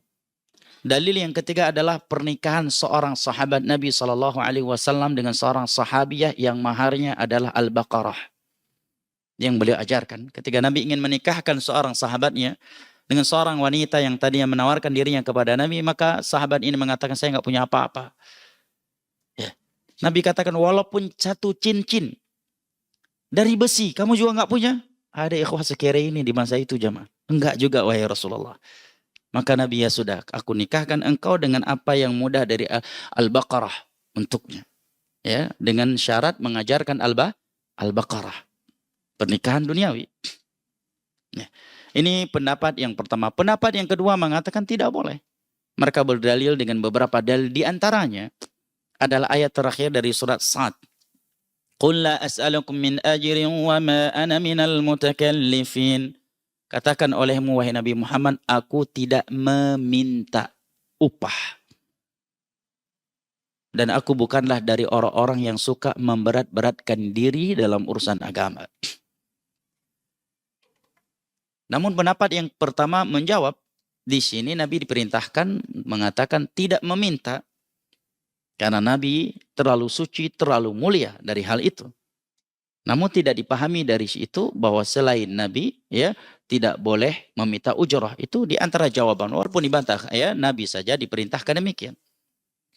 Pendapat yang kedua, mereka merinci. Jika ibadah yang dia lakukan tersebut manfaatnya jelas terhadap orang lain, seperti ilmu agama, dan dia melihat dan mengambilnya membuat dia semakin kontinu, semakin istiqamah, dan semakin maksimal di dalam menyebarluaskan ilmu agama, sementara kebutuhan manusia kepada ilmu agama melebihi kebutuhan mereka terhadap makan dan minum, maka tidak mengapa. Oleh karenanya kita melihat sepanjang masa para ulama kita mengambil, walaupun secara umum mereka ja'alah ya, walaupun sebagian masyayikh yang dosen memang ujrah bukan ja'alah. Seperti di zaman dahulu ada pemberian dari Baitul Mal, dari pemerintah, mereka menerimanya. Di masa-masa dahulu mereka mendapatkan dari Baitul Mal negara. Ibu-ibu ada kajian di belakang? Ya, kepada ustadzah-ustadzah yang sedang mengisi kajian dari lubuk hati yang paling dalam, ana izin menjawab pertanyaan-pertanyaan ini dulu ya. Nanti insya Allah setelah selesai saya persilahkan kembali kepada syekhoh-syekhoh yang mulia untuk meneruskan kajiannya. Begitu cara nyindir gelas-gelas dari kaca, Pak. Ya kan, langsung diam kan? Nah, baik, jamaah yang dimuliakan Allah, Syekh bin Baz ditanya, Al-Lajnah Ad-Daimah juga ditanya, Syekh Muhammad bin Shalih Al-Utsaimin juga ditanya. Jawaban mereka semua demikian. Apalagi jika dia melihat dengan fokusnya dia di dunia dakwah, di dunia belajar, mengajarkan ilmu agama, akan memberikan manfaat yang luar biasa untuk kaum muslimin. Sebagai contoh sejamaah. Sekarang pengajar di Masjid Nabawi, pengajar di UIM, pengajar di Ummul Qura, semuanya ambil gaji. Nah, antum bayangkan sekarang guru-guru di pesantren, kalau antum katakan nggak boleh nerima, itu mereka juga masuk ke dalam keumuman kalimat itu. Bayangkan kalau guru tahfidz dari pagi sampai sore jualan bakso. Ya, di pondok dia ngajar nggak ada persiapan dan sebagainya. Terlantar pondoknya. Di Yaman seluruh Darul Hadis di Yaman itu santri gratis, nggak ada yang berbayar. Ya, dari zaman Syekh Mubil sampai hari ini. Tapi guru-gurunya tetap digaji oleh mudir. Dari mana uangnya? Kalau Yaman bukan dari negara, dari para donatur Ahlus Sunnati wal Jamaah. Ya. Terkadang ada, terkadang tidak, terkadang telat. Ya. Al-Muhim mereka mengambil pengajar-pengajar di Masjid Nabawi, imam-imam di Masjid Nabawi, mereka mendapatkan gaji. Oleh karena mereka bisa fokus. Kalau mereka sholat, kita bisa request surat apa saja untuk mereka bacakan. Punya persiapan. Ya. Tapi lihat imam-imam di Indonesia, dia imam masjid, tapi dia juga bertani, dia jualan, ya kan? Giliran sholat subuh ya langganan tetap, wadduha, al-qari'ah. Kenapa? Nggak punya hafalan. Nggak ada waktu dia untuk meroja. Tapi kalau imam-imam di Masjid Nabawi memang mereka nggak punya kegiatan, nggak punya tugas kecuali yang berkaitan dengan Al-Quran. Yang berkaitan dengan masjid. Nah, makanya seperti di Saudi itu, dakwah itu benar-benar tersebar luas. Bahkan jangankan pengajar kalau di Saudi, ya, pelajar aja digaji. Yang S1, S2, dan S3-nya digaji. Nah, di Yaman ya seluruh Darul Hadis gratis. Ya, tidak ada yang berbayar. Namun para pengajarnya tetap mendapatkan ujroh seadanya. Nah, maka ketika seseorang mengatakan tidak boleh mengambil upah, maka mencakup semua guru-guru di pesantren, dosen-dosen YIN, UIN juga masuk itu. Ya. Dosen-dosen Libya, dosen UIM, dosen Ummul Qura, ya, Ibnu Su'ud, dan yang lain-lainnya, guru-guru TPA, ya, dan seluruh khotib Jumat. Baik, ini secara duduk permasalahannya. Akan tetapi yang terjadi belakangan ini benar seperti apa yang beliau katakan. Naif memang. Bukan masalah berbayarnya. tetapi warna-warninya yang sudah sangat jauh dari metode dakwah para salaf. Belum lama ada yang curhat, Ustadz Ana dapat tiket VIP, tiba-tiba Ana diusir oleh beberapa panitianya.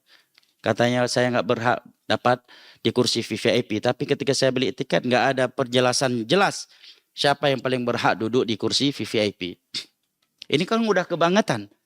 Kalau dekat dengan Ustadz tiketnya lebih mahal. Bahkan ada disebutkan 2 hari yang lalu, kalau bisa makan dengan Ustadz setelah tabligh akbar tersebut, harga tiketnya lebih mahal lagi. Ini kan sudah kebangetan. Makanya seorang Ustadz, kalau jarang bergaul dengan orang tua yang umurnya 50 ke atas, walaupun bukan Ustadz, ya sekitarnya hanya anak-anak muda, apalagi dari dunia entertainment dan tidak dididik kajian akidah dan manhaj, rata-rata ustadznya ikut dirusakkan oleh mereka. Nah, berbeda dengan seorang ustadz yang di lingkungannya banyak orang-orang tua. Walaupun bukan ustadz mungkin. Karena orang tua walaupun bukan ustadz akan lebih zuhud hidupnya. Ya, ucapan-ucapan yang keluar, ya pandangan yang keluar akan lebih dekat dengan akhirat daripada dunia. Apalagi sudah jauh dari orang tua, jauh juga dari kumpulan ustadz, dan hanya dikelilingi oleh anak-anak muda yang mereka dari dunia entertainment, dari dunia marketing bisnis dan sebagainya. Akhirnya gaya dakwah menjadi seperti marketing bisnis. Jangan terlalu diperbanyakkan, kalau bisnis kan begitu. Semakin terlihat eksklusif, semakin diminati. Maka ustadz jangan tiap hari diberikan jadwal. Ya. Jadi terbiasa nanti. Ya. Setelah live langsung dihapus dan sebagainya. Ini udah nggak benar. Ulama kita dahulu bagaimana? Ya, kata para ulama, andai kata nggak ada orang yang belajar sama saya harus beli dia untuk bisa belajar, saya akan beli dia.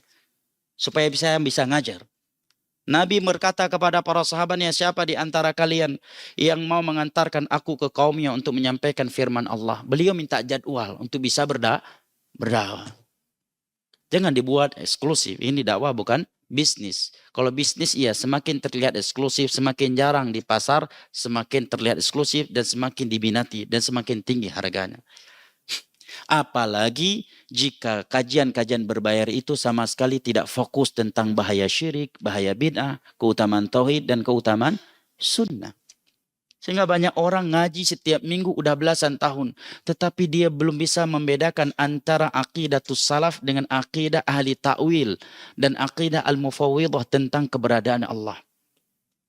Dia tidak pernah mendengar kalimat khawarij. Apa itu khawarij, apa itu mu'tazilah, apa itu murjiah, apa itu jahmiyah.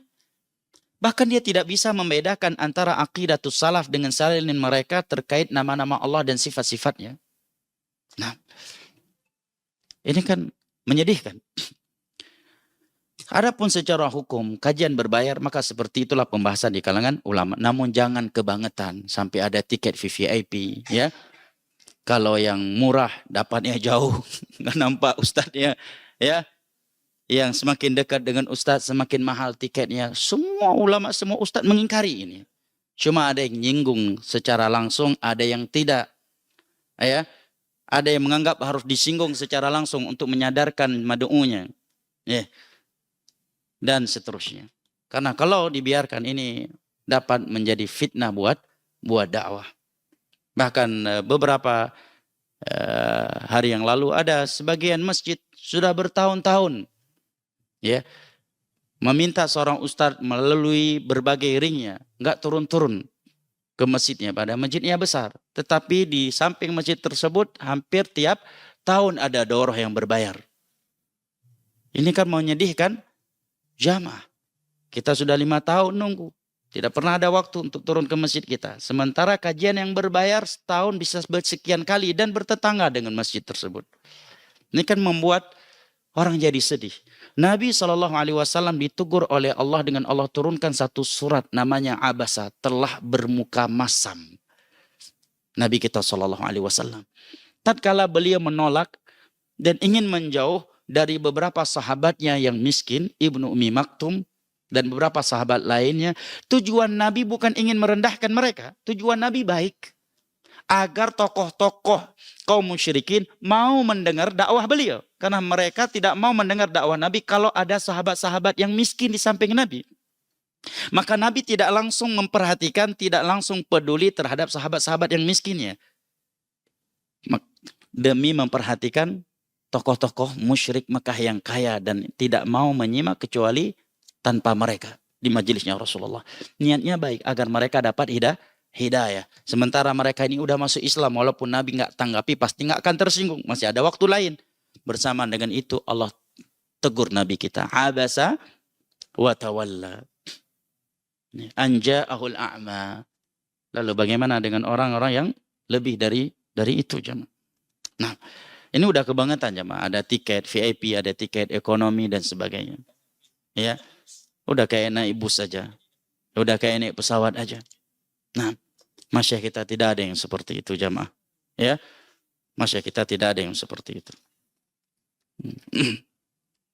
Memang sesekali penting ada orang-orang tua seperti Al-Ustadz Yazid rahimahullah kasih sentilan yang lumayan keras terkadang supaya menyadarkan sebagian ustadz-ustadzmu muda. Kalau beliau nyentil kan nggak ada yang berani marah. Ya, kalau yang lain nyentil nanti takutnya dituduh hasad dan sebagainya. Tapi kalau Ustadz Yazid yang nyentil, insyaallah ya rahimahullah rahmatan wasi'ah. Jadi obat terkadang ya. Ya, bahkan dosisnya pun terkadang langsung ya.